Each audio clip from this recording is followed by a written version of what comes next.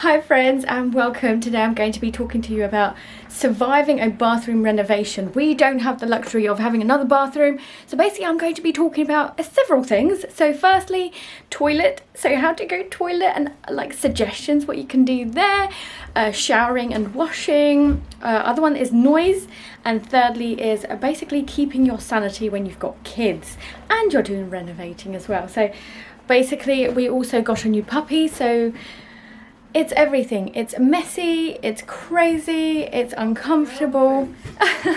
And as you can hear, my son's coming up the stairs in a little bit. He's going through the stage where he's not listening to anything that we ask him. Hi.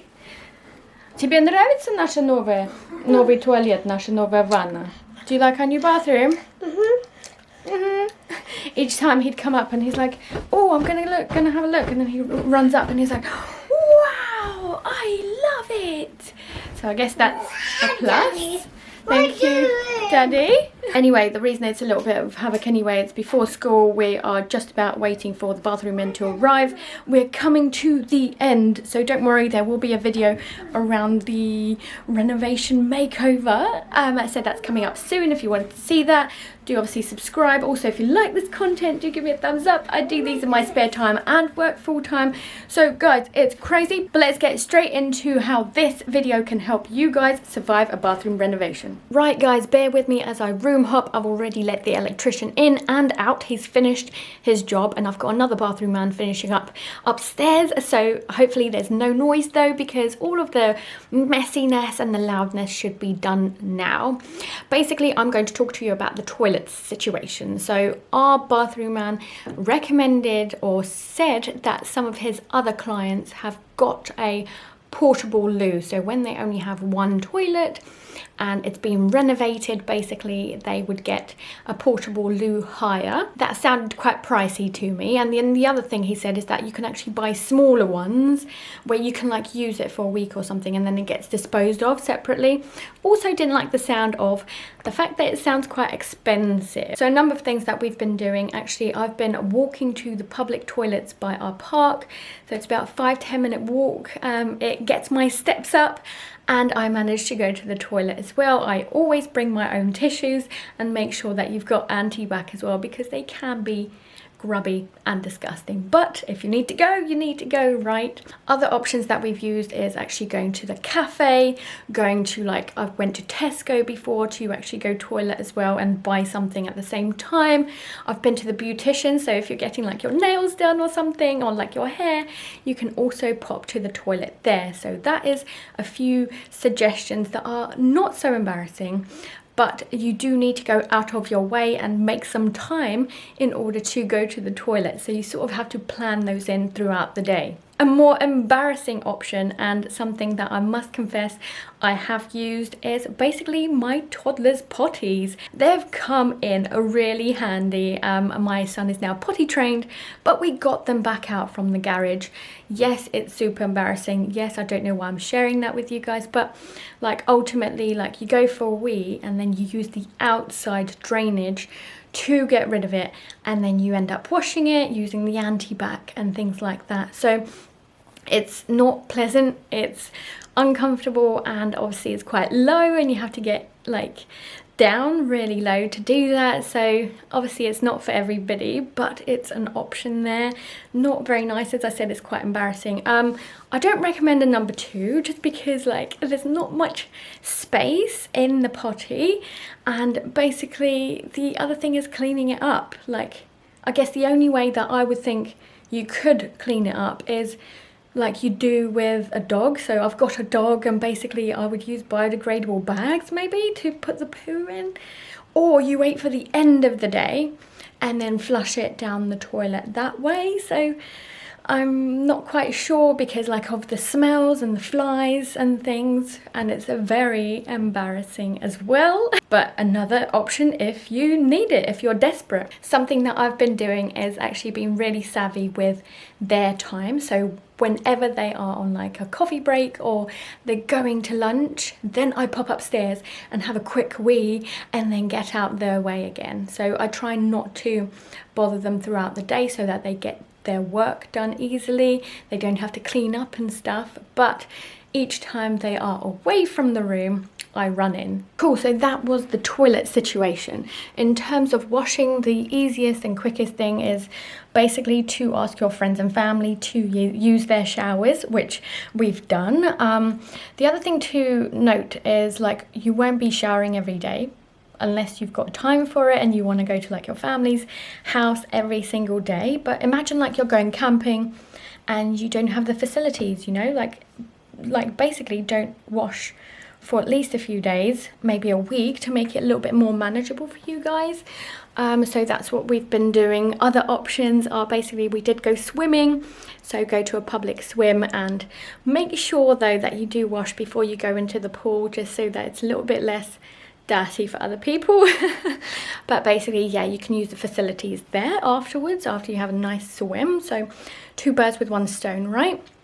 And then the other one is very common, and that's basically go to your gym. But as I'm not signed up to a gym, I have not used that option, but I thought I'd mention it to you guys. Last couple of things I have used, and the first one is wash my hair in the kitchen sink. So we actually moved all of the like toothbrushing things, our face washing, all into the kitchen, because that's the only other sink that we've got in the house.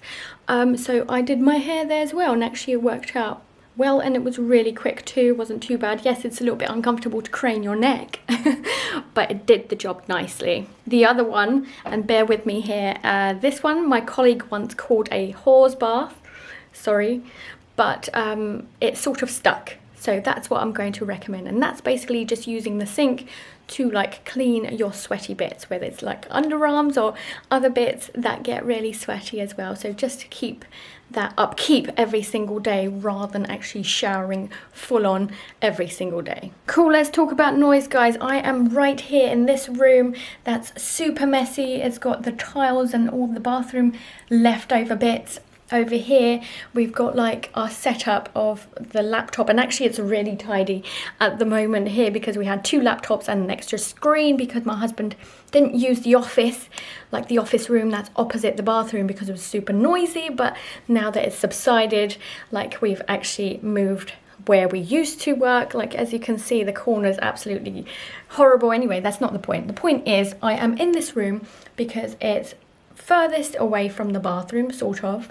It's quietest. It's basically a nook or an area that is far away from the noise and the chaos. And basically the idea is that you find yourself a space that you can work from home from. So I'm assuming here that you're working from home, or like just living space as well, just to get away from the chaos of the renovation. So you need a space or like a tranquil area where you can actually relax without being too annoyed. But let's just say it's going to be noisy either way, but this way you're just minimizing the noise as much as possible. The other thing is, when we had the rewiring done, we actually used the outdoor space.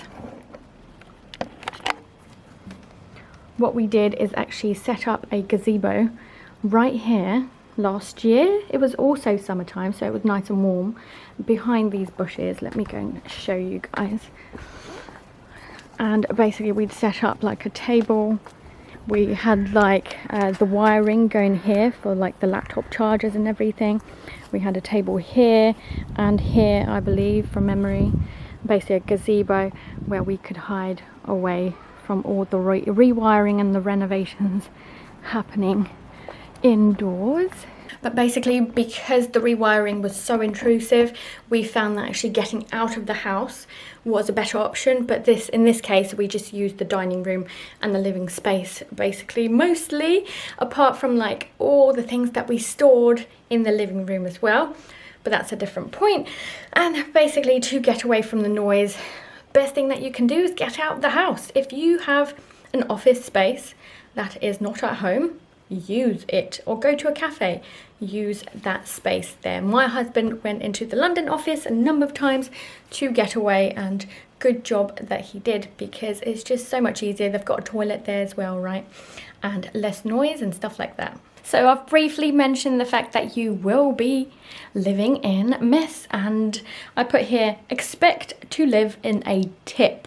Basically, just keep your expectations that it's going to be messy, there's going to be a lot of things stored here, there and everywhere. Point number one, protect as much as you can. So use blankets on furniture. They use like that cling film stuff on our stairs to protect the new carpet, which was lovely of them. And basically it's gonna get dusty. There's so much dust that it's unbelievable, and each time you actually clean the surface there's more dust on there. But I prefer to clean as I go, so like do little stuff but often. So each time I would see like dust on the shelf, I'll just clean it quickly.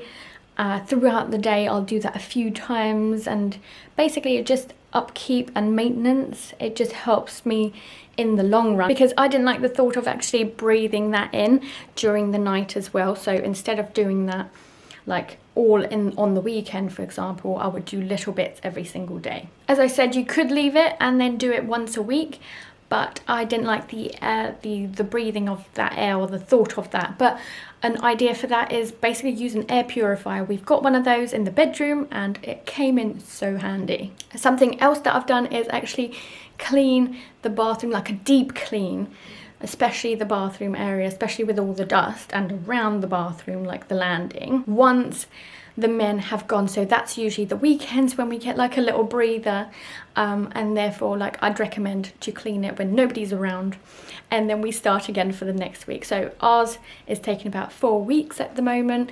The other thing to point out is actually, if you can get away, we went on holiday for a week.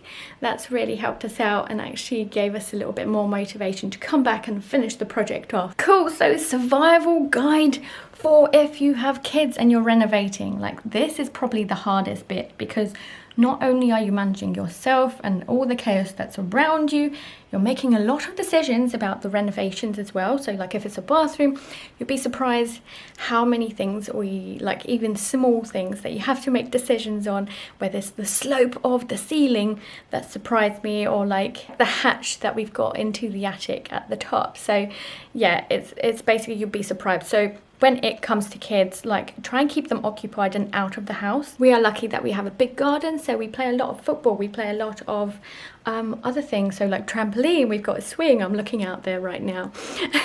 But basically, if you don't have that, you can always go to the park. Just get them out, moving, get that energy out, and not in the house specifically. It just makes things a lot easier for the guys to do their job, and for you, so that you're not constantly telling them off for touching something that they shouldn't. Something that I found really useful is actually getting into a routine of getting dressed, doing our teeth, and doing it super quick before, like in the mornings, early, before anybody arrives. Don't forget that builders and workmen actually start early, so we've had an early start as early as 7:30 before, so that's crazy early, isn't it? So usually it's around the 8 AM mark, but we found that getting dressed and doing everything before they arrived actually alleviated a lot of stress for me, so that's what I'm going to recommend. The other thing is going on holiday. If you want to get away, holiday is a good option if you have the luxury of doing so, if you've got the money. Basically, for us, it was a little bit lucky that it sort of coincided together. We didn't even plan that, so it worked in our favor. And as I mentioned, I definitely recommend just getting away and getting that motivation back, and living with like a tip, the mess, the noise and stuff like that. It just gives you a little bit more of a boost once you come back. Look guys, it's hard work. It's a lot of decisions, it's a lot of stress, it's a lot of noise, it's a lot of mess. However, take one day at a time, because it's worth it in the end. And I loved the fact that either I saw a quote or a TikTok or something, but it's the journey that counts. It's not the final product, it's the journey. So if you can get your whole family to live through all of this and then to enjoy the final product as well, you've achieved something so amazing, so huge. And I am grateful to be able to go through this process and be able to afford this process to create a dream bathroom family bathroom that we've always dreamed of. Remember, it will be worth it. So guys, if you've got any other tips that you can recommend, please do so in the comments down below. I'd love to hear those out, and I'm sure other people will benefit from your suggestions as well. So I hope these are useful to you, and I hope that you survive. Thanks so much for watching, and I'll catch you guys next time. Bye.